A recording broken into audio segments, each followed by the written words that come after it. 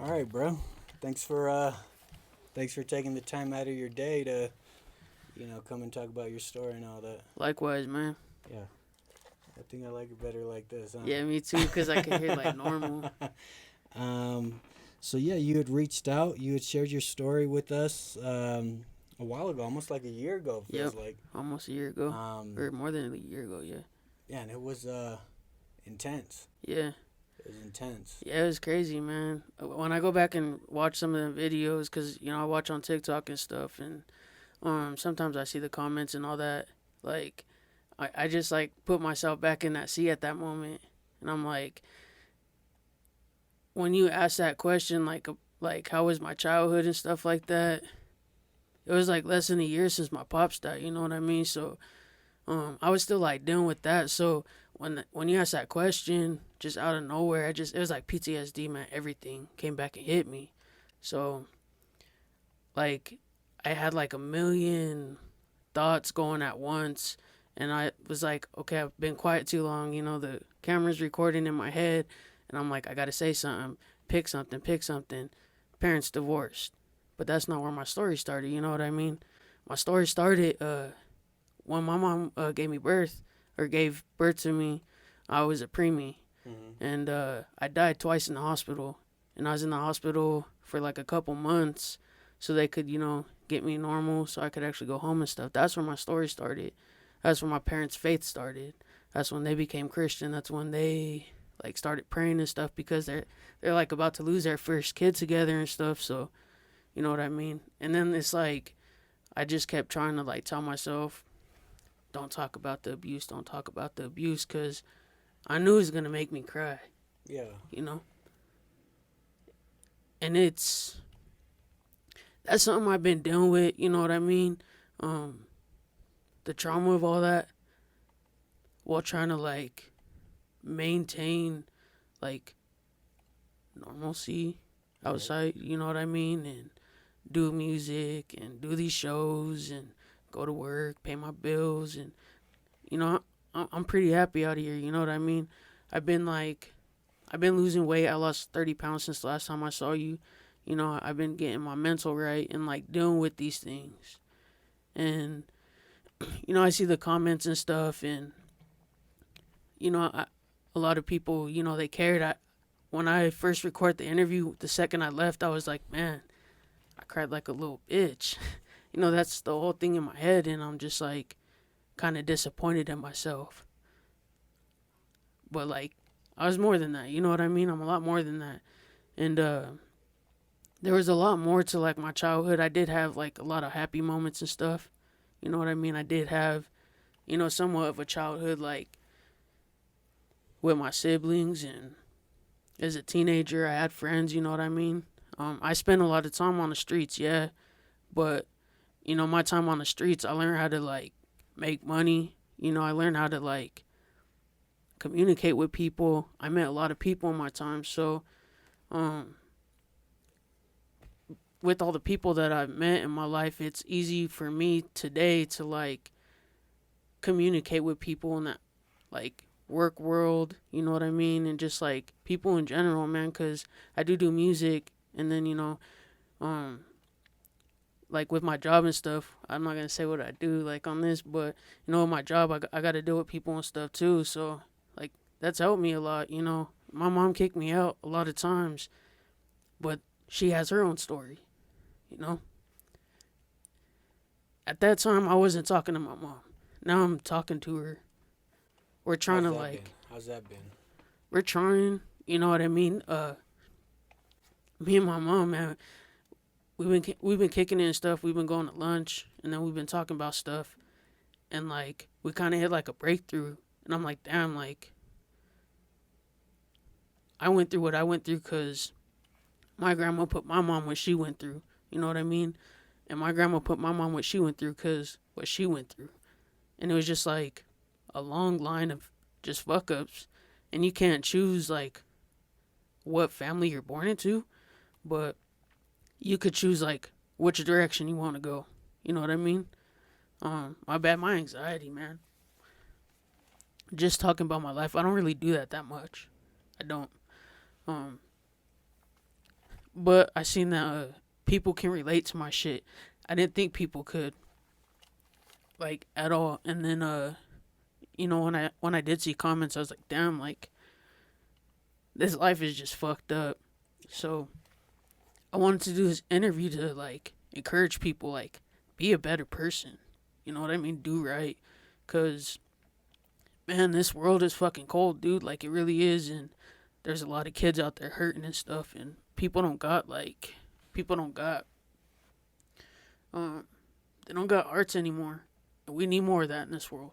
You know what I mean? I think the youth needs that shit, and elders, they need that shit. This world just needs, like, more compassion for people. You know what I mean? Cause, like, little petty stuff that people wanna get mad about little things and start drama over little things that don't even matter tomorrow. You know what I mean?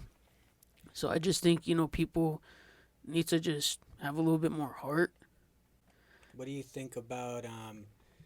You said this is a cold world, pretty much, and how do you see the beauty in this cold world, or how do you find the joy? What is the way that you enjoy life, even though there is all these bad things going on, not just in our personal lives, but in the world at large? How do you focus on the good? What do you do to kind of remind yourself of the good in yourself and the good in other people? Things that I do is, I just try to give to the world what I want in return, because you can't really expect love if you're giving hate. There's none of that. And when I do need to get away from everything, social media, drama, people, I like to take hikes and stuff. I like to get out in nature and just take a moment just to, like, listen to the quiet, listen to the silence. You know what I mean? Because I mean, that's beautiful. There's so much beauty in this world, and we got our fucking faces in our phones and stuff, um, Mm. and we need to get out of that. You know what I mean? Because, like, people don't realize social media. If all you're doing is watching drama, that's all you're feeding your mind. That's literally all you're feeding your mind. So, even when I'm on my phone, I try not to look at stuff like that. You know what I mean? I'll try to look at animal stuff because it makes me laugh. I'll look at motivational quotes. You know what I mean? To help get me out of whatever negative rut I'm in, or if I see something and I'm like, I've been through this, maybe someone else has, I'll post, like, a motivational quote, like, you can do it too. You know what I mean? You can keep grinding. Don't let nobody mess with you. Keep going. And I like to post stuff like that because, like, I want to give that to the world. You know what I mean? Because if you could give that, somebody will take that. And that's just like the start of a chain. You know what I mean? Like, I don't know, man. How did it feel to bounce back, when your story was posted on social media and you heard the supportive responses? How did that feel for you? I mean, it felt pretty good. I was really surprised. I wasn't expecting to have that kind of, like, feedback. You know what I mean? It was pretty big, so I was, like, really surprised. Um, I mean, I did see some negative stuff in there, and, like, to everybody that's negative, you could keep that to yourself, because you don't truly, like, some of it, but you don't know all of it. And Yeah, what do you think about the negative comments? I mean, I post the stories up there, and I do have, generally I can't police all the comments, yeah, I feel you. and the comments have to be, if I do delete it, as one, I have to catch it. Two, it has to be, kind of, it has to be out there, because I think that the negative comments are part of life as well. That's part Yeah, of the it is. reality that we're in, and I think it's more important how we respond to that, Exactly. and Yeah, it builds our skin, and I think that's part of owning our story. Like, yeah, everybody ain't gonna like it. yeah. Real talk. And my response to it is, like, the negativity. At first, it kind of upset me a little bit, but then I just remember, like, everybody literally has their own story. That's the whole part of this. Is there's so many different stories. Everybody's walked their own path and all that. So if you felt negative towards it, you just didn't experience what I did. It's as simple as that. So just take it with a grain of salt, and just keep going, man. Do Cause you think that part was empowering for you too, to be able to see the negative remarks and to be able to be like, that's on them, yeah, you know? um, my wife was like, "Well, you want to be a rapper, so this comes with it." And I was like, "You know what? You're right. Like, there's always gonna be doubters. There's always gonna be negative people that don't like what I say or look like or do, and I have to be okay with that. You know what I mean? I mean, I was bullied a lot when I was younger, so like in school and stuff. So, um, I did get used to it. And then for like a minute, when I cut off like literally the whole world and the only person in the world I talked to was my wife, um, my skin got soft. And then so when I started doing music again, I had to get my thick skin again. You know what I mean? And just like realize like not everybody's gonna like me, and I'm okay with that. I don't like everybody, so it's the same thing. Everybody has somebody they don't like, and that's alright. I'm curious to know what type of response you've gotten from your family as far as the interview, or if they even seen your interview. And by the way, if you guys don't know, um, he shared his interview with us on our platform called We Are All One Story. You could find his story on YouTube, on TikTok, Instagram, under We Are All One Story. He's also a recording artist. If you want to, Yeah, my recording name is Zigzag Reborn. I'm on all streaming platforms.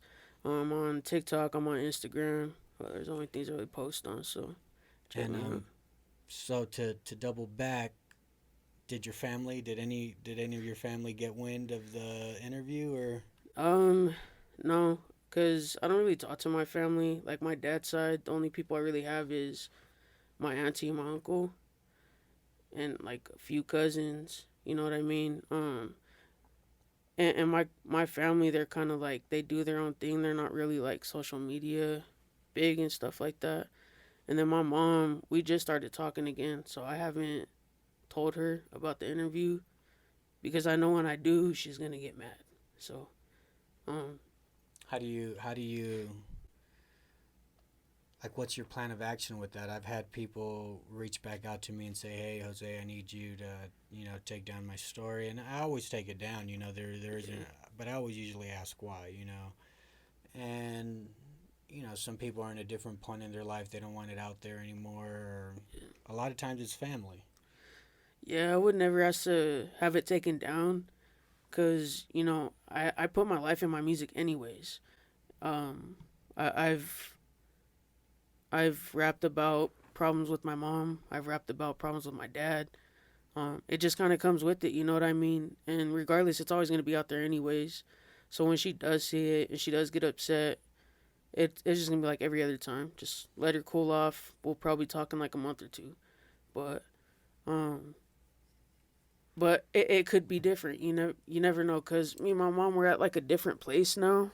Yeah. We've been talking. As far as like little small talk.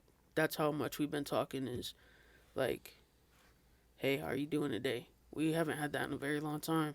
So, I mean, I've told her I've done an interview. I just haven't sent it to her. Um, and then like, I've showed her my music. So it's like nothing new to her that I talk about. Yeah, all the shit you've been through. Yeah, you Yeah. know what I mean. So, like, I would never ask for it to be taken down. And even anybody in my life that sees it, they could be upset too. Even the person who was abusing me when I was younger. You know what I mean? I'm pretty sure that person's seen this video, but Yeah, I I think don't that's care. the empowering part of it. It's like, if you if on my story, when I did share mine on We're All One Story as well, Yeah, I cried the whole time too. yeah, I saw your interview, bro. But that was part of owning it. Yeah, It's like, this is me. The emotions that I'm showing right now, like, this is part of the hurt. This is part of my story. But exactly. there's highs and there's lows. And I understand, like, how vulnerable it is to have that out there, and to have somebody see you cry, and to have somebody hear your story, and at some point, for me, I just had to say, this is what it is. Yeah. And that's where I was at that time. That was honest to me at that time, and that Yep. was the truth for me. Yep.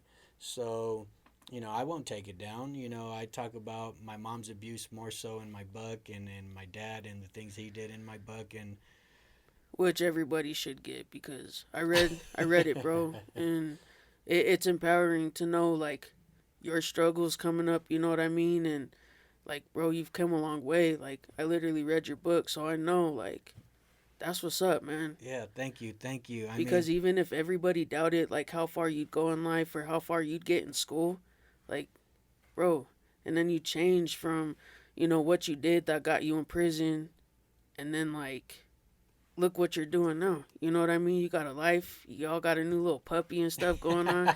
Your little family and stuff. Like, yeah, that's dope, man. Like, I'm yeah. happy for you, bro, because you deserve that. Thank Like, you, you've been through a lot, man. So thank you. life is blessing you well. Thank you. I appreciate that for sure. I mean, yeah, it's a process. Um, One of the big parts for me was just owning my story. I thought about I told my mom, because I told her I was gonna write a book, and she asked me what I was gonna put in it, and I was like, what happened? Yeah. And she was pissed off, and she was like, write a book about yourself. Don't include us in it. I was like, well, you guys are a part of my story. Yeah. Um, and I told her, I said, either way, I'm gonna share my story. And once I put my foot down, she was like, well, okay then. And like I think that love transcends that. Like my mom's an imperfect person.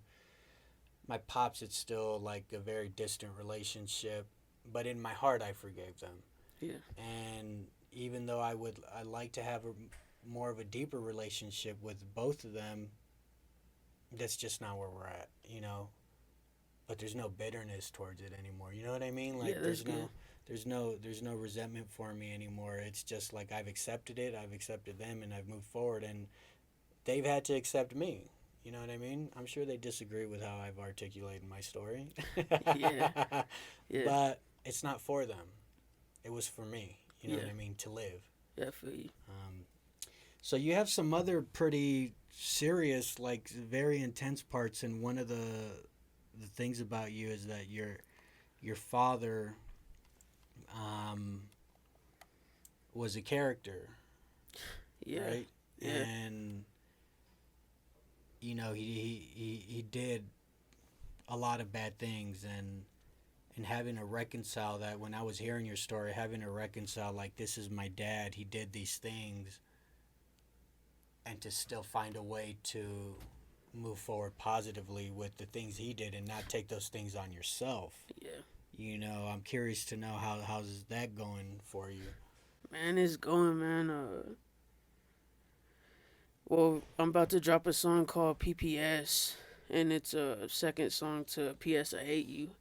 Um, I guess I was feeling really bitter, cause me and my mom were talking, and it just confirmed a lot for me. So, uh, I was mad, man. I was so mad.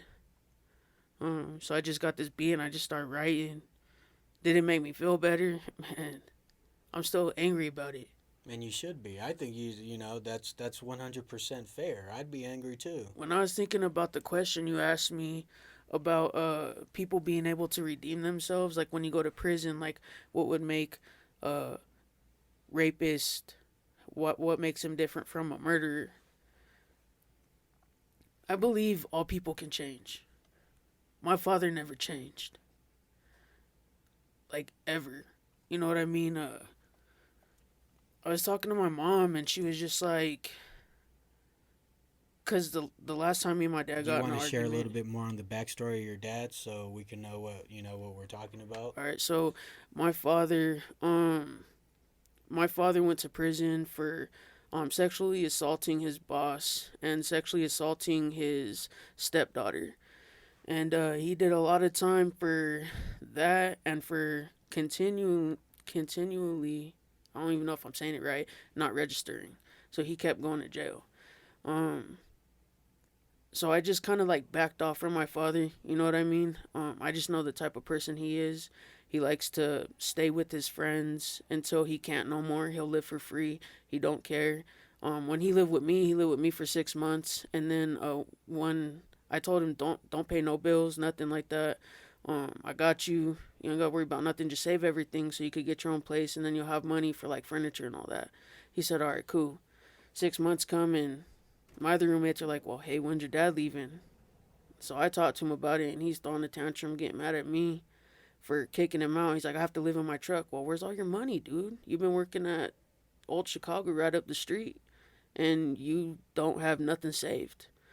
So, that was the moment when me and my dad really started disconnecting because he was blaming me for his downfall and then telling his girlfriend that he was paying my bills. And I'm like, he don't pay my bills.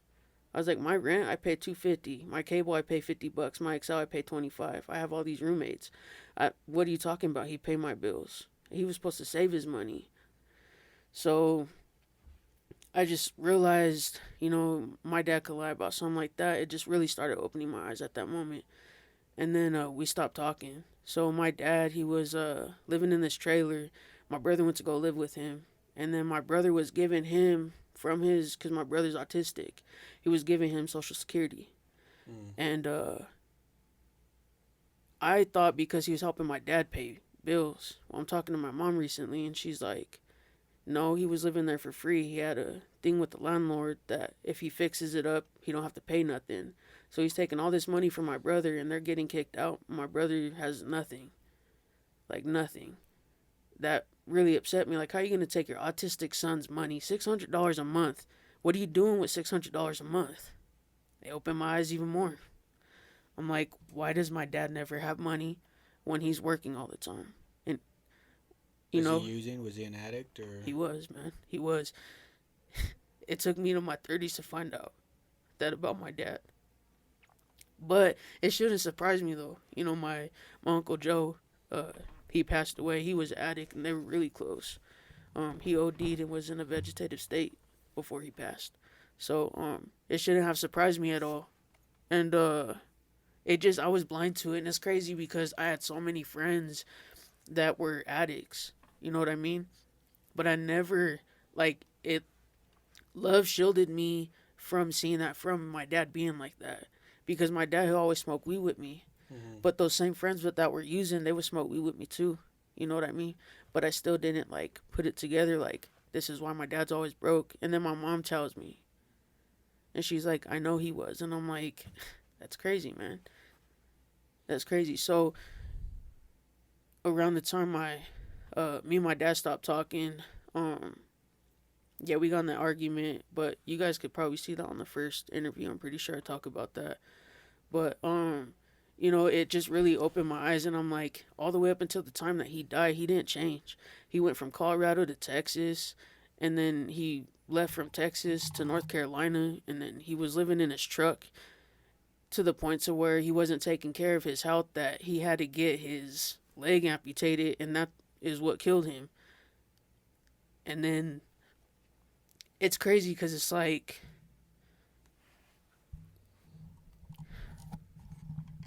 you don't know how to feel when you hate your parent, but they die. Mm-hmm.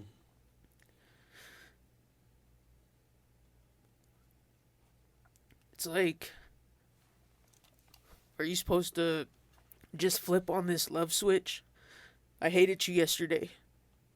Really hated him, though.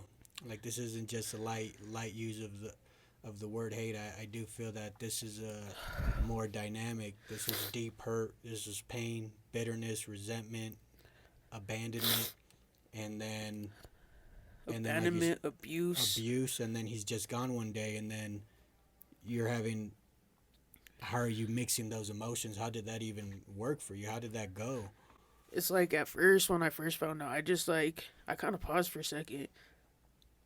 My wife, she hates my dad as much as I do. She probably hates my dad more than I do. He made some comments to my wife around the last time we stopped talking. And, she's not a fan of him at all. So, when she put her hand on my back, she's like, you could cry. I didn't know what to feel. It's like, in my heart, I'm like, you deserve that shit, man. You were just a waste of fucking air, a waste of space on this earth. You were a waste of resources. you're a waste of those doctors' time to cut your damn leg off. They could have been saving somebody else.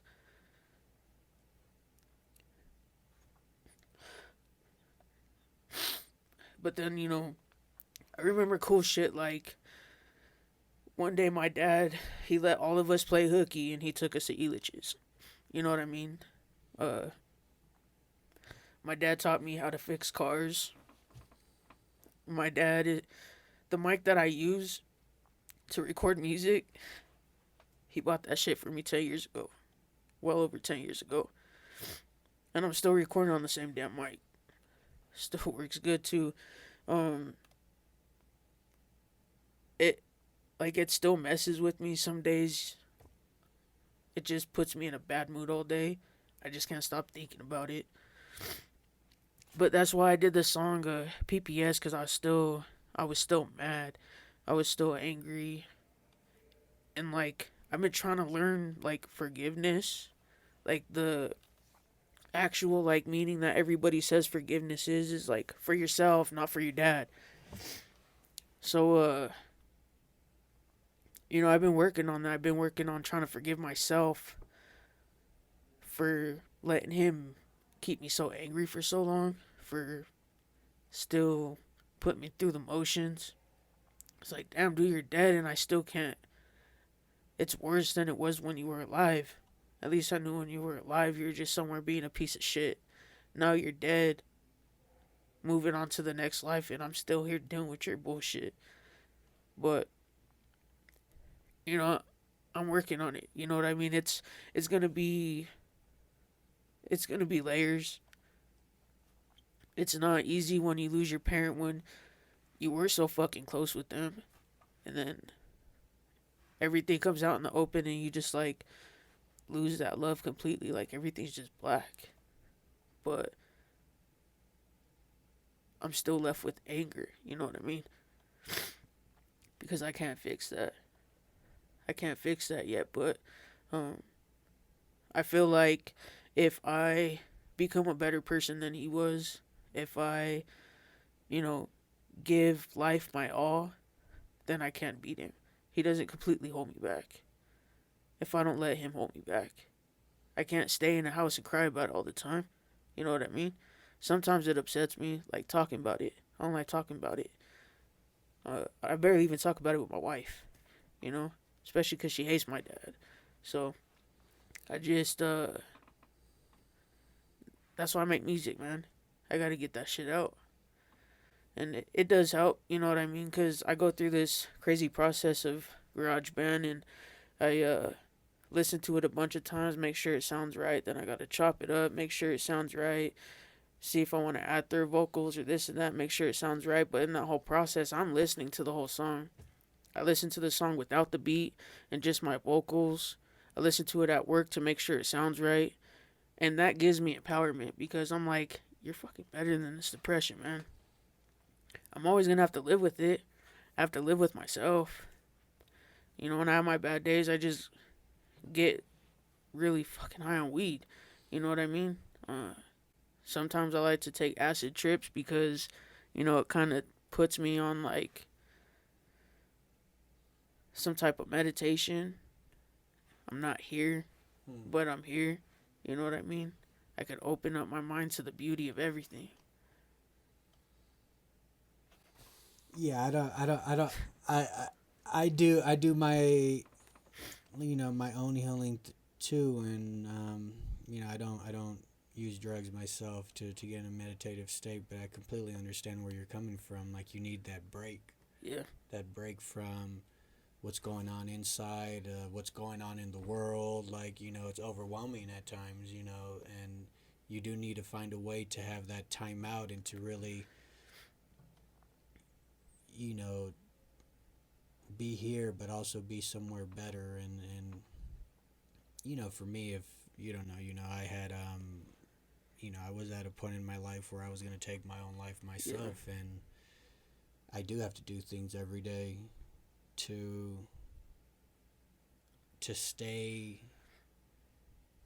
alive. And for me, yours is music. You found an outlet.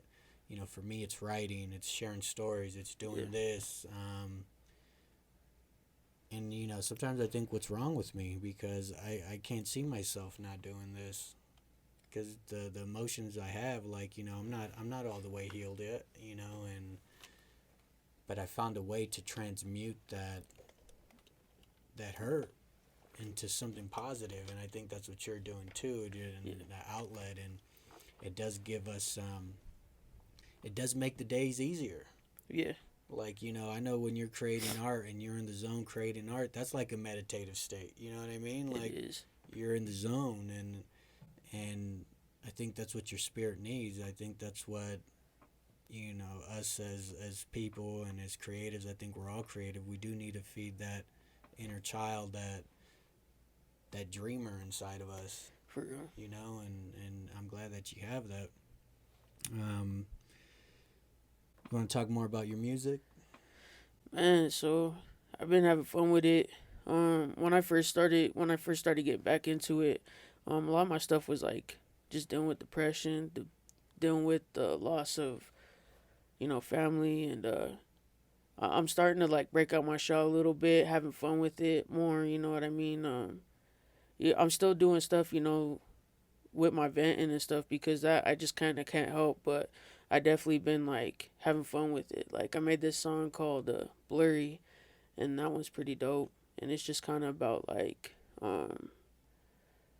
about dealing with like the numbness of life and then dealing with the numbness of music. Talk more about that. What do you mean? So like when you're going through some like just anything in life, a lot of people, you like to numb yourself a little bit. You want to do something to, make yourself numb to the pain. And then with music, I use music to numb myself to music. You know what I mean? So you use the music to numb. Everything. And it's like music, it literally gives me like a euphoric type of feeling. Like when I'm writing music, it can start with just like two bars, two really dope bars. I'm like, oh, that'd be super dope for a song.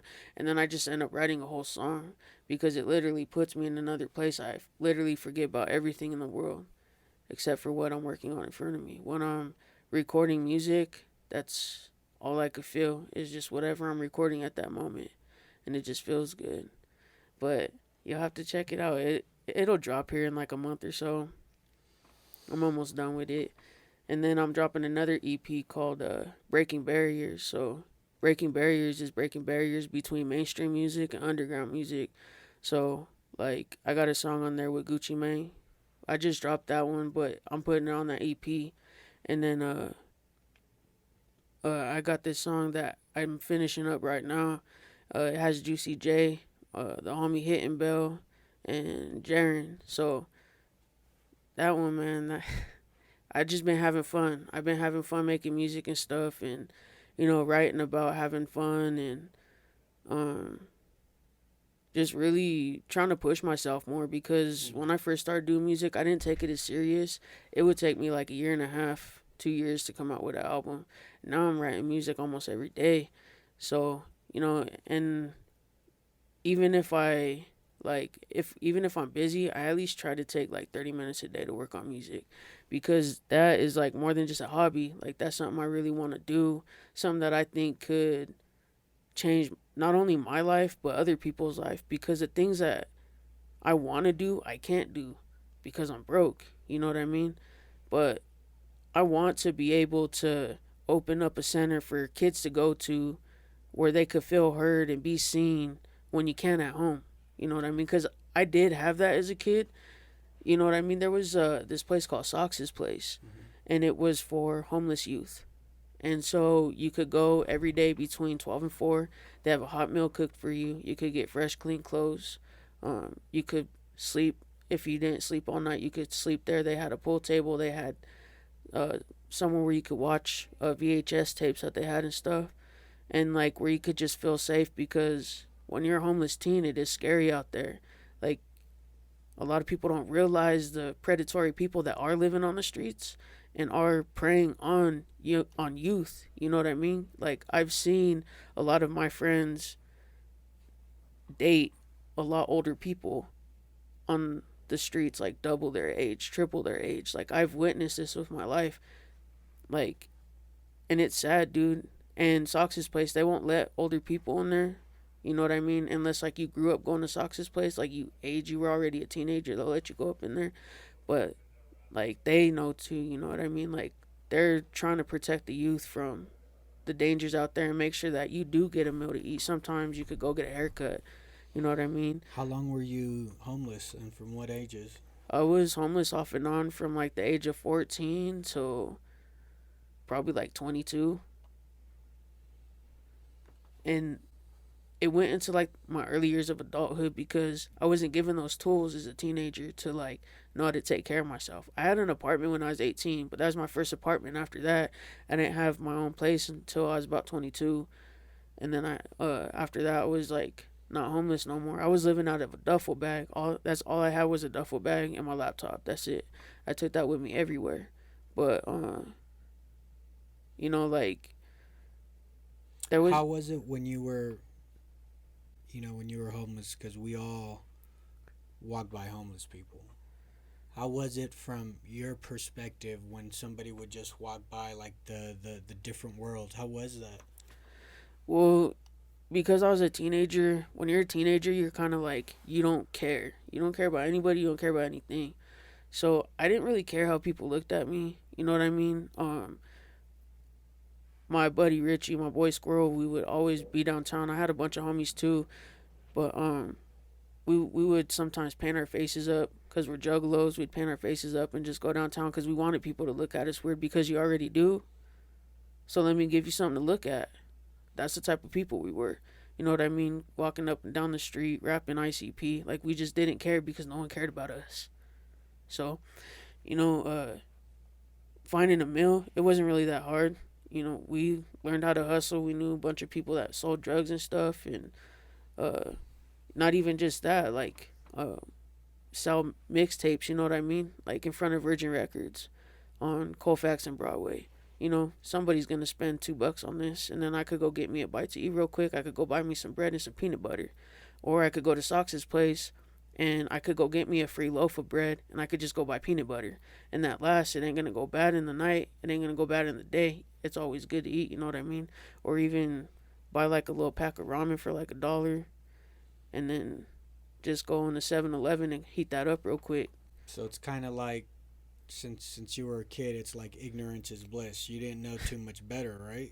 Essentially. Yeah, pretty much. That's how I felt when I was in prison. People were like, "Oh, it must have been horrible." I was like, "Well, you just learn how to live it, bro." You learn how to live it, and it's my childhood was a little bit worse, because I had the emotional and physical abuse by the person I love the most. Like prison, it's like, okay, well, I can fight back. Exactly. So there was a difference, but I think like if I went back to jail for a DUI for 3 days. Oh, bro, man, because sucks, I had bro. tasted what life was kind of supposed to be like, the people, the fun, the food, the family, the love, and when those 3 days, I was losing my mind in there. I was like, bro, I don't know how I did it. Bro, that's crazy. I feel you on that because the longest I was ever locked up was, let's see, so it's 2007 from March to October. And I was 3 months in the gill, and then the rest of the time I was in the halfway house.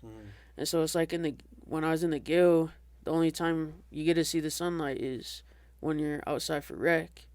And then like the windows are all painted, so you can't even see. So like I remember just being there and just always like wondering what everybody's doing because the gill it's down there by 5 Points. You know what I mean? Where I hustle. So like on the other side of these walls are my homies. You know what I mean? So it was just like driving me crazy that I could be like so close and yet so far. Exactly. Yeah. Like I witnessed, they were taking us to court. These two dudes that were chained together, I witnessed them escape out of the juvie. Like that was probably one of the craziest things I ever seen. But did they end up catching them, or how long were they? Oh yeah, they caught him. Well, how long were they him. out for? How long did they? Like a few hours. Ah. Yeah, they didn't get that far, bro. But yeah, it was crazy, man. It was really crazy. And then like I had been in and out there so many times as a teen that like some of the staff did feel bad for me because one of the times I was there, they told me I could go home. They're like, "You're not supposed to be here." They dropped the charges. Like nobody told you. I was supposed to be out days ago. They kept calling my mom, nothing. So I called my mom to tell her, and she was like not answering the phone or nothing. So then we go to the courthouse, and they're like, "Well, you could take him home." She's like, "If he goes home with me, I'm leaving him outside the courthouse." So they put me in the FCC. So I was in the FCC for a minute. Those people are fucking evil, dude. They hate. Don't work with kids if you don't like kids. If you don't like teenagers, if you can't deal with people that came from a fucking troubled home, don't do it. That's not the job for you. Find a different job. Something else will fucking pay you. But don't put kids' lives in your hands if you don't care. Hmm. You know what I mean? I know it's And these are we're talking about like the juvenile hall guards and stuff like that, right? Like no. the So, staff or the Family Crisis Center is like, you're halfway of the state figuring out what to do with you. okay. So you're like in between, the courthouse and the system. You know what I mean? So you're Like, not. This isn't a jail structure. It's like nah, a it's like a big foster home with different floors. They got okay. a kids floor, then they got a women's spot, and then they got a men's. They, you know what I mean, like a separate. And then like you go to school there, you literally do everything there. It's by But do they? Are you able to leave that building? hell no, you're a kid, bro. You're a Okay. ward of the state. You, So it's something like a, something like a prison, but much. but Yeah. if you leave, they will not chase you. And I know Uh, because I left. okay. Yeah, Okay. I ran away. So it's not. It's not. Okay. Yeah, because I heard a rumor. They were like, if you run, they won't chase you. So I tried it. I ran. I was gone for 2 weeks. No one chased me, bro. I turned around. There was nobody behind me. But then, like, I didn't know where else to go after 2 weeks, so I just turned myself in. And you're saying within the this is in Denver, the Yeah, Denver it's Family on. Crisis Center is what it's called. Yeah, it's on Feds by the food stamp office. And what you're saying is the staff there completely hates. It seems as if they really hate their job and Look, hate the bro. kids. So they have this rec time. You know Yeah. what I mean? And rec time happened to be while it was snowing outside, and they need their break, so everybody go outside. So I'm telling them I need my hoodie because I have asthma and I can't be in the cold like that. It will affect my asthma. And the lady was like, "Just go outside. You'll be fine." I was like, "No, like I have asthma. Like I can't just go out in the cold. I need my hoodie." And like the lady was like adamant about you can't get your hoodie. You just need to go outside. So I stood up against the wall and I just leaned up against it. And she's like, "Come on, let's go." I'm like, "Hell no, I ain't going nowhere." So two more staff and they're all like surrounding me, trying to get me to go outside. I was like, "This would have been easy if you guys literally just went across the hall and got my hoodie for me." Mm-hmm. But they wouldn't do that. And so I kicked a hole in the wall and ended up getting a charge for destruction of property. But yeah, they're just like they're mean. They're mean there, bro. Like you could just tell like they don't care. There's got to Like be a they're few. There's acting got to like be a few in there that care. I would assume a few. I didn't. The first time I ever found somebody that cared that worked um was Miss Williams and Miss White, and they were like every pods like when they need somebody, and like they felt bad for me because I kept getting in there, but that first time I was in there, my mom wouldn't come get me. They felt bad for me, so they were nice as fuck to me, dude, because I was a good kid. You know what I mean? I just did some dumb shit, but I wasn't bad. I wasn't like trying to fight people all the time. Yeah, I've been in a fight in juvie. Who the fuck hasn't? You know what I mean? Everybody's angry in there. Everybody's pent up fucking testosterone going. Everybody wants to fight. You know what I mean? So yeah, I've been in some fights, but you know I was good. You know what I mean? I always follow my rules and stuff. I try to make people laugh. You know what I mean? I used to try to be the center of attention. That's the type of that's the type of teenager I was. You know what I mean? I was always loud and obnoxious and What was the moment like when you felt that somebody cared in there? How did that feel for you in real time while you were there when those two, you know, counselors is what I'll call them, did, you know, showed some sort of it compassion? was hard to believe. It really was but it felt nice because I think at that point, I didn't really talk to my dad that much. He was in and out of prison, and then when he wasn't in and out of prison, he was busy with a new bitch or something. So you know what I mean. So I guess it felt kind of good. Like sometimes I'd expect a letter from my mom, but she's just so angry with me. She don't even want to talk to me. I didn't have nobody. You know what I mean? And then my boy Richie was locked up in there too, and it was cool knowing somebody in there because I didn't feel alone. When I was like not locked up and I was a teenager, I was always like trying to be with people. I didn't want to feel alone, and it's crazy because you don't know like who you really are until you're alone. Who are you? I'm alone, man. That's for sure. But Do you really think that you're alone, or is that just how you feel, or is that, I know you have a girlfriend. I know you know. yeah, I'm my wife. Yeah, but there's just some things I keep to myself. Shit, there's a lot of shit I keep to myself, and I guess that's what makes me feel alone. But you know, I don't have I don't have homies that check up on me.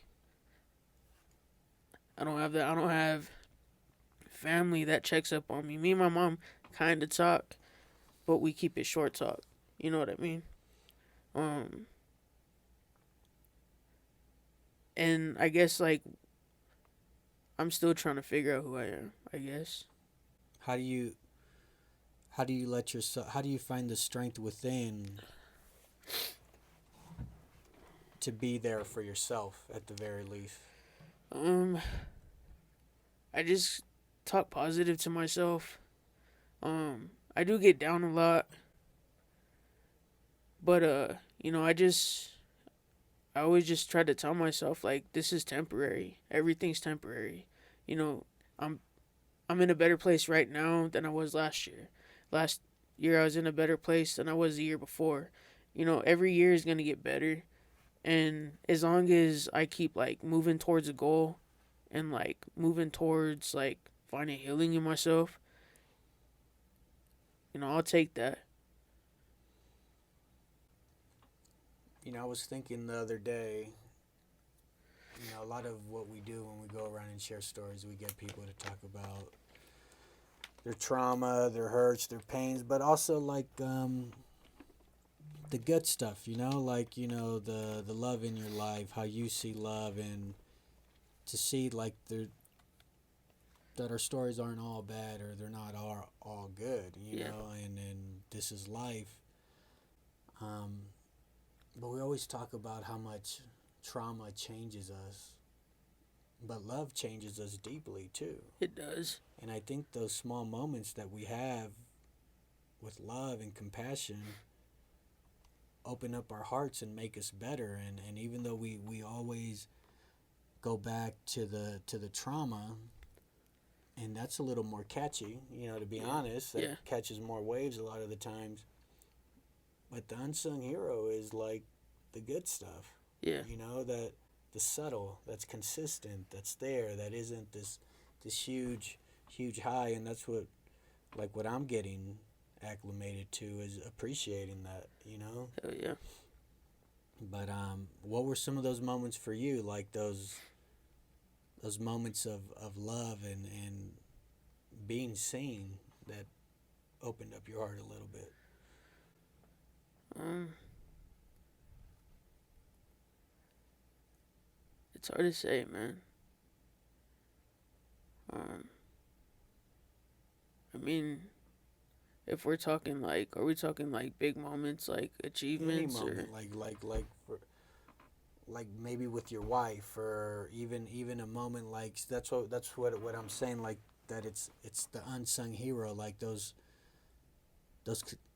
consistent moments that you have with your wife, where Oh, I know what you you know mean. what I mean. Yeah. All right. So like every day, you know what I mean. Every day I do have good moments with my wife because I'm with my best friend. If you can't have good moments with somebody every day, then what's the Mm. point? But I get to wake up to my wife every day. We work together, so that's fun. Um, but it's when we get home at the end of the day, we get to relax together and have dinner together, or sit out on the balcony and smoke together and enjoy the view of our new place. Like, um, it's stuff like that that's my every single day. You know, like you said, like trauma's here and there. You know what I mean? Trauma's not always, uh, but that consistency of like living life and just like enjoying like everything that I've built. You know what I mean? From literally living out of a duffel bag, that now I have like this 2 bedroom apartment with my wife, and we got, these 4 animals, and, one of the bedrooms is my studio. Like, we built that, you know what I mean? So, like, it's nice to have that. It's nice to know that, I do have some normality in my life, you know what I mean? And that is my everyday, because, I don't really have family. I don't talk to none of my family. And like the fact that I can have a family with my wife, like I really enjoy that, man. Like just playing with my dogs. Like dogs are such crazy animals, dude. They're so like active and like keep you going. And it's crazy cuz I have a lab pit bull mix, and he's so smart, dude. So smart. And he's like smart to the point to where if he knows if you're having a bad day, he will come up and like love on you, or he'll bring you a toy to try to like cheer you up and stuff. He's like, "Look, this makes me happy. It'll make you happy." So it's like stuff like that, like it's good to have around, especially when you have like manic depressive depression, bipolar. So it's like uh it's nice to have stuff like that. You know what I mean? Cuz people suck, man. I run into so much negative people every day, and people that feel privileged and like they're better than you, and I don't like that, man. Nobody's better than anybody. I don't care if you have more money than me. I don't care if you have a house, cars, like you have more than me. How Like does that look like when somebody shows up and you catch a vibe that they're privileged and they think they're better? I laugh. You laugh, but how does that come across from there? Like, how does that look when you're seeing a person? What does that look like? You'd be surprised how many people feel dumb when you laugh and they're treating you like crap. People have a very weird response to that. They don't know what to do when you laugh, and they're trying to make you like, they're like surprised. Like, yeah, don't talk to me like that. What do you need? How do they talk to you? I'm curious. How does somebody, like, what does that consist of? Like, like demanding, like you have to. Like, I'm asking right now, like, why isn't this like, nah, you better calm down. What's Yeah, up? yeah. Tell me what you need. I got you. You know what I mean? I don't like negativity. I don't really do well with negativity, because I'm already dealing with so much in my life personally. Exactly, yeah. You know what I mean? So like, I've actually had to learn from my wife that when people treat you like that, you just gotta laugh. You know, and I admire that a lot about her. She's probably one of the strongest people I've ever met in my life. You know what I mean? So like, I like seeing how she deals with negativity and how she responds to it. Like, I admire the crap out of that. I'm like, damn, like I need to take some notes, because she's a very strong person, man. A very strong person. And, that's why I fell in love with her. You know what I mean? Because there's just so much about her that I admire, and I feel like in a relationship, you should be able to teach each other. And that's what we've been doing this whole time, is just teaching each other. I've been teaching her to, just, calm down. And she's been teaching me to chill out. So, you know, we go good together. We're completely opposite, but like it works. Let's do a checkup. A checkup. How's it been since last time we saw each other? How's life been? What's happened? Good, bad? Since the last time we saw each other, because I'd seen when people were watching the interview, they think it's like this old interview, like, and I'm like, man, this was just a few months Well, ago. yeah, it's You because know of what I mean? the grade of the film. Yeah, so everybody's they're like, like VHS. for real. I'm like, man, this is recent.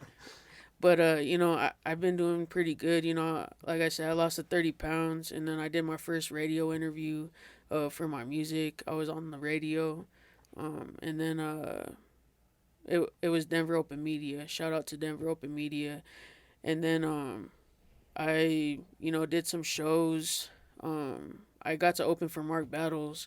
I was the artist right before him, so that was sick, man. That was really dope. Mark Battles.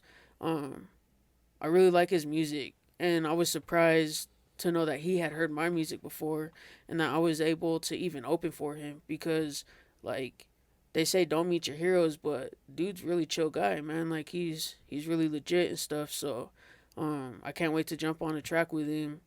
Um, and then I opened up for 420 recently. I did a dope like little sponsor and giveaways and raffle and stuff. It was really dope, and I dropped that song with Gucci Mane. I dropped a song with Dizzy Wright. About to drop a song with Juicy J, with Jadakiss, with Rick Ross. Who else I got on there? Yuck Mouth. Some more Stevie Stone. Like, I got a lot of stuff I'm working on, man. So I definitely been keeping myself busy. And Has your music changed a bit? Has it evolved with where you're at in life, or is it how's that creative process? I would think that the lyrics change with where you're at in any oh given yeah, moment. So most definitely. how's that been? So I mean, my music's still kind of the same, but if anything's changed a little bit, it's that I'm trying to make more like positive music and like having fun with it because when I do record music about like my depression and about the loss of my father and my bro, I just when I record that music, I'm literally in that place when I record that. So, like, it does keep me like upset while I'm recording it, like in this dark manner, because when I want people to hear my music, I want you to feel my pain that I felt when I wrote this song. Mm-hmm. And when I write stuff like that, it's crazy because I can't record those songs until I could rap it without crying. So that is the growing process of that because if I'm writing this and it's making me cry while I write it, it's making me cry while I rap it out loud for the first time, and then I could go in the booth and record it without crying, I've made progress. Oh, for sure. You know what I mean? But I still feel everything. And then as I'm going through the process of editing and all that stuff, I still feel all that. I feel all my emotions. I feel where I was at the time. You know what I mean? And like by the end of it, and I know my production sounds good, I can still feel like the negative beings, but I could feel accomplishment. And that accomplishment that, I put this beautiful piece of art together that, it makes me feel positive. It makes me feel better. It makes me feel like I'm moving in a positive direction because I don't want to always be stuck like living paycheck to paycheck. I don't want to be stuck working a job that, I mean, no matter what I do, I'm going to work my butt off. It doesn't matter if I'm grabbing weed. It doesn't matter if I'm a dishwasher, if I'm a cook, if I'm this or that. I've done every single job you could think of. I'm going to give my 120% as much as I can. You know what I mean? Because, like, the way I think is everybody's always watching. You know what I mean? So, um, I just, if I could work hard for a company, I could work even harder for myself. So I do that with my music. And that really, like, pushes me to grow as a person and be better because after a while, I like to listen to my music a lot. I like to listen to myself because, I literally could feel what the artist is saying because I'm the artist. You know what I mean? That's why people listen to music because you feel that, you vibe with that. And I want to start vibing on a more positive note with myself. I want to go out and have fun. You know what I mean? I want to um not let past traumas get to me. I want to be able to talk about it without having to cry. You know what I Yeah, mean? that's tough for me. Yeah, that's tough. Like to not cry with all that hurt. You know, I think there's some good in that too, though. I think that for me, when I got out of my depression, I said that I never wanted to forget how that felt. And when I talk about the part of my story where it did get real dark and suicidal and all that stuff, like I want to remember that rock bottom. because it lets me know it's so different between how I felt then and how I feel now. Yeah. And you do, and I have made progress, and it's amazing to take that step back and see, like, okay, I've processed these emotions at least in a forward manner. Like, Yeah. people can always pick at your emotions. Like, if I'm 36 years old, my mom can still make me cry, and my dad can still make me cry. Like, Yeah. they have the inside track, Yeah. to the core of my feelings, and I'm okay with that. You know what I Yeah. mean? Like, it is what it is. So I don't know. Just went off on a tangent. No, no, no. I feel you, man. I feel you, bro. For real, for real. Um, but that's why I like to make music, man, because like it helps me talk about everything that I'm feeling because the only person I really talk to, like actually talk to, is my wife. You know what I mean? She's the only person. I mean, I do have, my boy Squirrel that I grew up with, and we talk sometimes, you know what I mean? But other people are busy with their lives too, and I don't like to interfere, And then it's like sometimes, my heart just be so heavy that I feel like I can't even talk about it to anybody because I feel like people are just sick of hearing about it. That that's like what dealing with depression is people are like, when are you gonna get over this? You can't get over it, man. You can't get over it. So I make music, man. I make music to help me get over that shit. And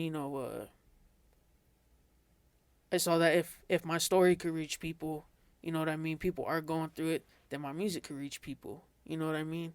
Then you could just vibe with me when you just don't feel okay, or you could vibe with me when you're feeling good. You know what I mean? And I like music because I feel like making other people feel good makes me feel good.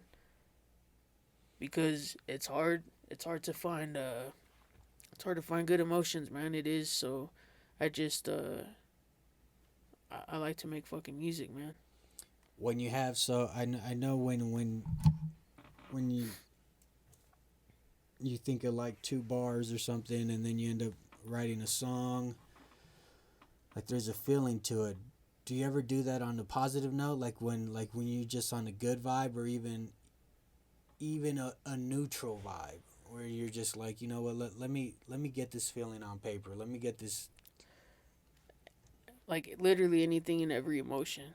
Like I could be smoking weed and I'm like, oh, that's sick, and I write it down, bro, and then when if I can't think of nothing more than a couple bars, I'll come back to it tomorrow, or I'll find a beat that sounds like a good you know song for that, and I'll just go back to it. Or Do you feel alone when you're making music, or do you feel like it's something greater there? I definitely think it's something greater there because it's also more than just me. Because the beats that I'm using, I'm not making the beats. I used to make beats. I just don't have the time now. Yeah. But I've noticed that um, vibing, sometimes somebody makes your vibe better than you could ever make it. Like Heath Stone, a lot of my beats and a lot of stuff that I have coming out are beats by him. And it's like he drops a beat and I'm like, bro, I'm gonna be right into that by the end of the day, bro. Like it's about to be done because I just start feeling vibes. Like that's the beauty of it. And it's like even if I could even just not be writing anything and I could just be looking up like beats, and then I'll just start thinking of something to write, something that I'm feeling or something that I feel like I've been wanting to talk about and haven't had a chance to, and I'll just start writing. Like, let me show you this, bro.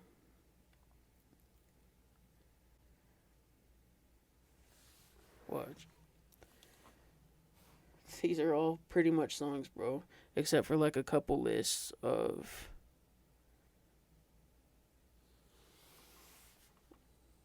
Yeah, it's the outlet, the creativeness in you. Yeah, and I'm just. How do you see yourself doing this long term? Like, I know for me, I'm a writer. I bartend full time. Like I'm feels like I'm always working. Um, and I've been sharing stories for 4 years now. It's like the long haul. Like, how do you set yourself up to enjoy life now, but to continue to put in the work long term?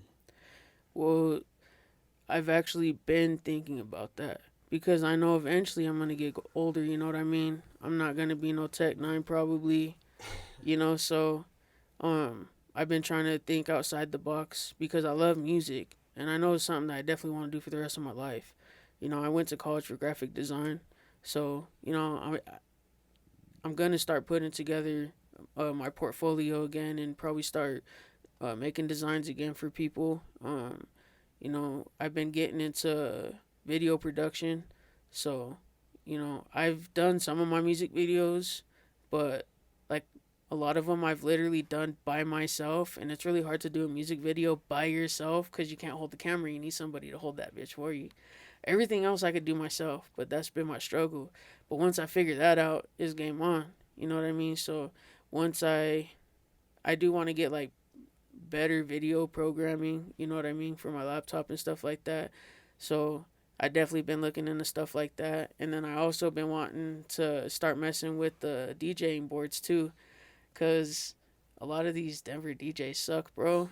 And I don't like the weird airplane noises that they put on your set or like weird stuff that they do. So I'm sitting here thinking I could be a multitasker and spin my own set and spit it. Like just put the tables at the front of the thing, like screw it being at the back, and I'm just gonna do my thing. You know what I mean? So I definitely been thinking of different things to incorporate like that, and then you find ways to keep the dream alive and to keep your exactly spirit fed. Was how I put it. Like, because life is tough. It really is, man. It really is tough, bro. Especially when you've been through all this shit. It's like you need something, and fortunately you have yours, and you know that regardless it's going to grow with you. Yeah. And it's going to go with you, and it's going to grow with you. Yep. And that's pretty dope. Hell yeah. And see, when I get tired, man, I just think like my mom is who like I get my inspiration of grinding from, because she raised 4 kids by herself. We all have shitty dads. 3 dads, 4 kids. All of our dads suck. So my mom, she's always worked her hardest to at least keep the roof over our head. You know what I mean? Even though, like, she would kick me out here and there, we'd exchange our words, this and that. She always made sure, like, I had my asthma medication. You know what I mean? So, like, there's, like, ways she took care of me. Financially, she was a very good mom. Emotionally, she was dealing with her own stuff. I get it now that I'm an adult and I have to deal with my own stuff. Damn, my mom, I give her props. And that's why I talked to my mom again, because I'm like, she really went through hell. So, and my mom, she was working this job where she was like 12-hour days, and then she was doing Lyft, and she was selling jewelry online and going to these little pop-up venues. She was doing all that at the same time. And, like, I admire that, because my mom's always tired, bro. And I be telling her she need to take breaks sometimes, because my mom, she works hard. She's always been that type of person. And, when I get tired, I'm just like, man, my mom could do this shit. I could do it. Get up, get this money. You don't need to sleep. You sleep when you're dead. You sleep when you're rich. Like, let's go. Let's keep this going. So that's why, like, I have my 9-to-5 job. You know what I mean? But when I get off work, I have my business that I want to grow and I want to do, like create merch, drop merch, work on my music, do this and that, get ready for shows, get my set list ready, practice, like all this stuff. Like I'm always busy and I've been trying to teach myself to take a break. And that's why me and my wife, we've been going on hikes and stuff, because we both need it, man. We both need that outlet. We need the peace and quiet. We need to listen to the water. Like we need stuff like that. So, I'm trying to like be like my mom, but not, because she needs to take a break. She don't ever, and I see where that's gotten. You gotta rest. Yeah, you know what I mean. You do. Oh man, you do. Mentally, physically, and spiritually, like you need that break. Yes, let me tell you, for the first time ever, I think it was last Wednesday. For the first time ever, me and my wife did not lift a finger. First time ever, dude. We're usually like, we gotta do laundry, we gotta go help her mom, we gotta go help my grandma, we gotta go clean the house, and we gotta do all this stuff. And no, we didn't do nothing, man. For the first time ever, it was nice. Yeah, I think you gotta schedule that too. We did. Yeah. We're like Wednesday, we're not doing nothing. Yeah, Sunday we'll do our laundry. You both know you're on the same page. Yeah, yep. my girl wants to. She's always moving, bro. She's always just Eh, doing something, and I'm a little bit. I'm a much slower pace, a much more consistent, slower pace. But she's always, and it's kind of like me and her got to sit down and be like, hey, this day we're not putting nothing on the list. for You know what I real. mean? Because you need that, Hell yeah. or else it's like it feels like Groundhog's Day. It feels like, it's like same thing over and over again. Like you need that break, and then you do, you all that stuff is gonna be there the next day. Yeah, for real You know though. what I It ain't mean? going nowhere. So you kick right back up. I do think rest is super important. Especially if you're doing something long term. I think if your goal is something short term, why not? You know, but even then, after that period of time, you're gonna have to take a break. But I'm curious to know how you've mended or in starting to mend somewhat your relationship with your mom and seeing her as a person in her own story, but still knowing that she's who she is and that she can still, like, our parents can always emotionally hurt us. At least for me, I don't want to make that huge general statement. Some people are closed off to being hurt by their parents. I'm not personally. Um, how would you? How do you reconcile that? Say that you've started to mend this relationship or started to at least see her in a new light, but then your mom would do something that's just classic mom. That's Um, hurtful, or that maybe will bring up back all those past pains. And when she does do stuff like that, um, I just remind myself that my mom's bipolar, and she don't take her medication. I don't take my medication. You know what I mean? So, I can't sit there and point my finger if I'm not on my medication either. You know what I mean? And my mom, she tires herself out too much. so you've already pretty much accepted her as Yes. she is. Yeah, because I love my mom, and I do know what she's been through, and you know what I mean. It's like a long line of generational just not loving your kids the way you should. And so, my mom, she's been taking care of herself since she was 14 years old. I've been taking care of myself since I was 14 years old. You know what I mean? So, how can I expect, you know, more? You know what I mean? So, I get it. You know what I mean? And How's the bipolar? How can you describe to us how that is? so it's like, um, when the anger starts, it's like literally everything irritates you. Like, it doesn't matter what you say, that person is just irritated and put off by the fact that you're there. Mm. You know what I mean? And the reason why I don't get mad at her for acting like that is because I get like that sometimes.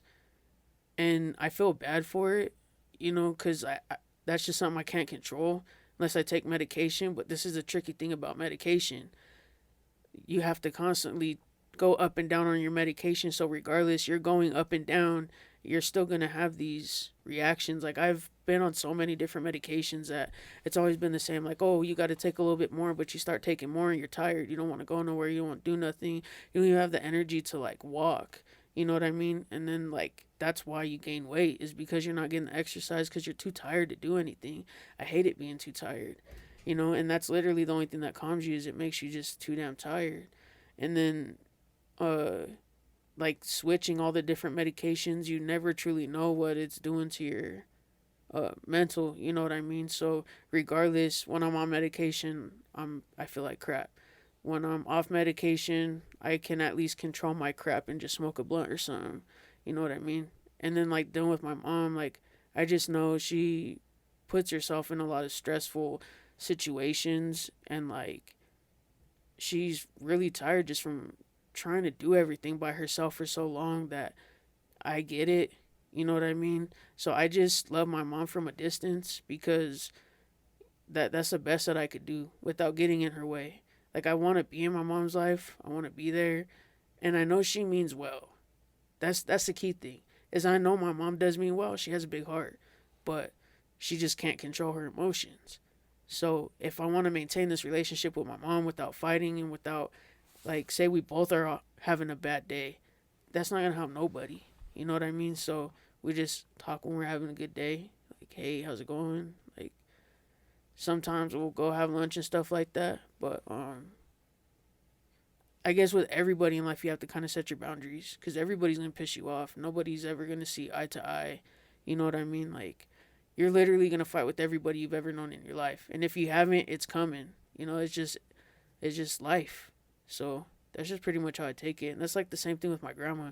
When I was younger, it's crazy because I had a therapist when I was 13 years old, and that same therapist I went back in my 20s, and when the therapist asked me questions like, how's your relationship with your grandma these days? You guys still fighting? And I was like, whoa, me and my grandma are close now.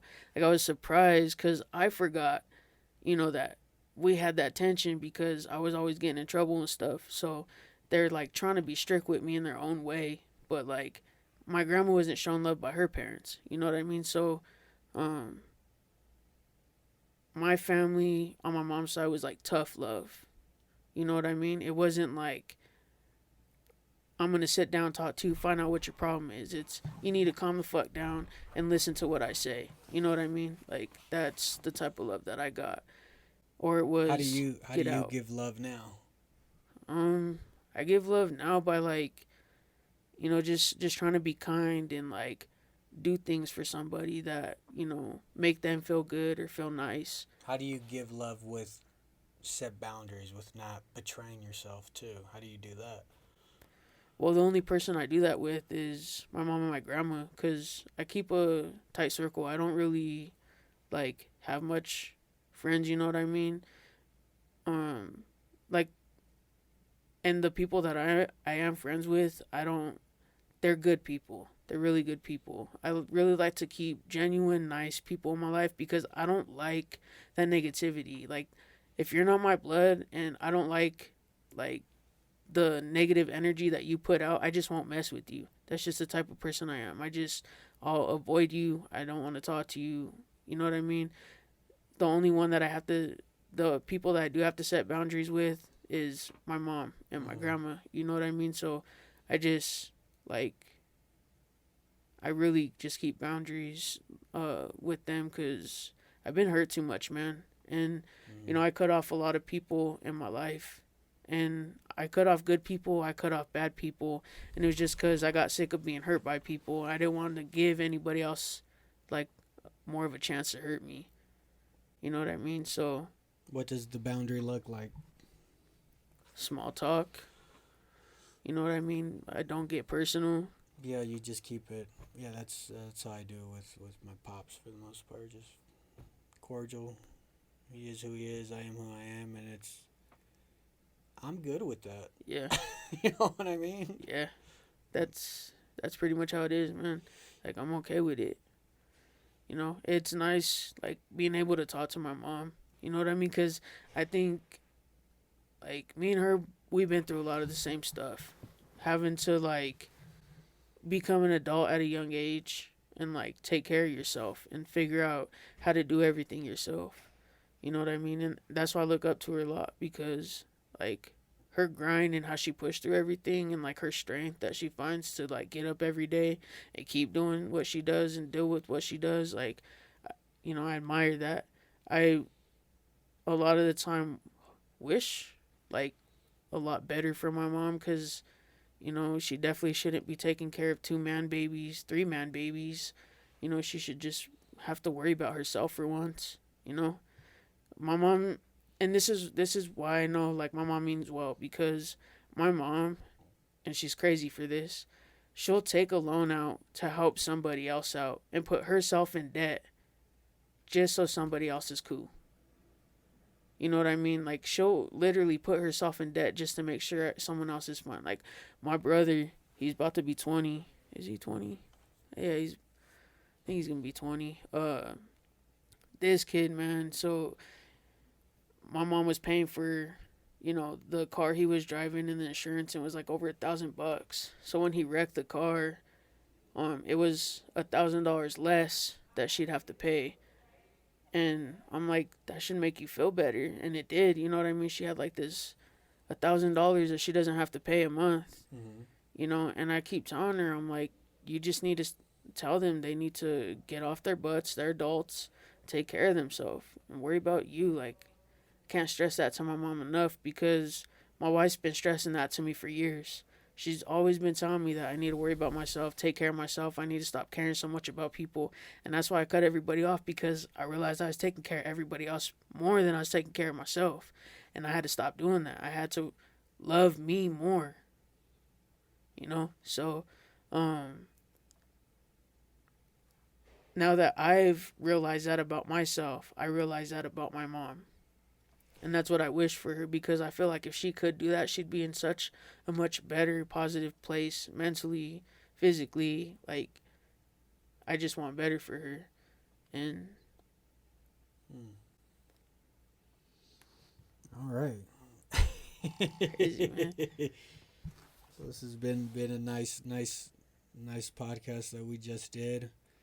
Um, Let us know where we can get your music and everything right now. It's another heavy one. It's always the deep. You know what I mean? Yeah, yeah. Which is what I think makes it so captivating. And I think that your story, because yours is, there's a few that get a ton of views. Yours is one of them. I think that the emotion clearly is something that catches people, to see somebody vulnerable and sharing their story. But then also what you're saying, with no filter, is part of what you've been through. I think that's what captivates people. I know that's what captivates people when they view your story on our pages. And I think that's powerful. I think that's huge. And for you to come back and do this re-up, Yeah.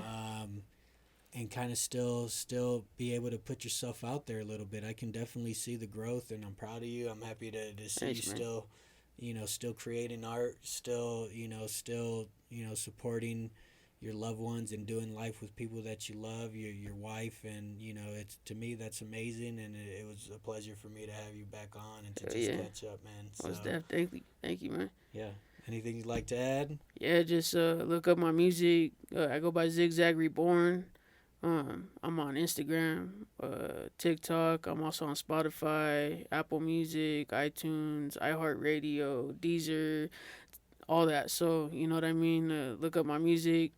I got hella music for y'all to check out. And if you guys always want to keep updated, I always post on Instagram. TikTok, I don't post that much, but Instagram, you could definitely stay up on me. Awesome.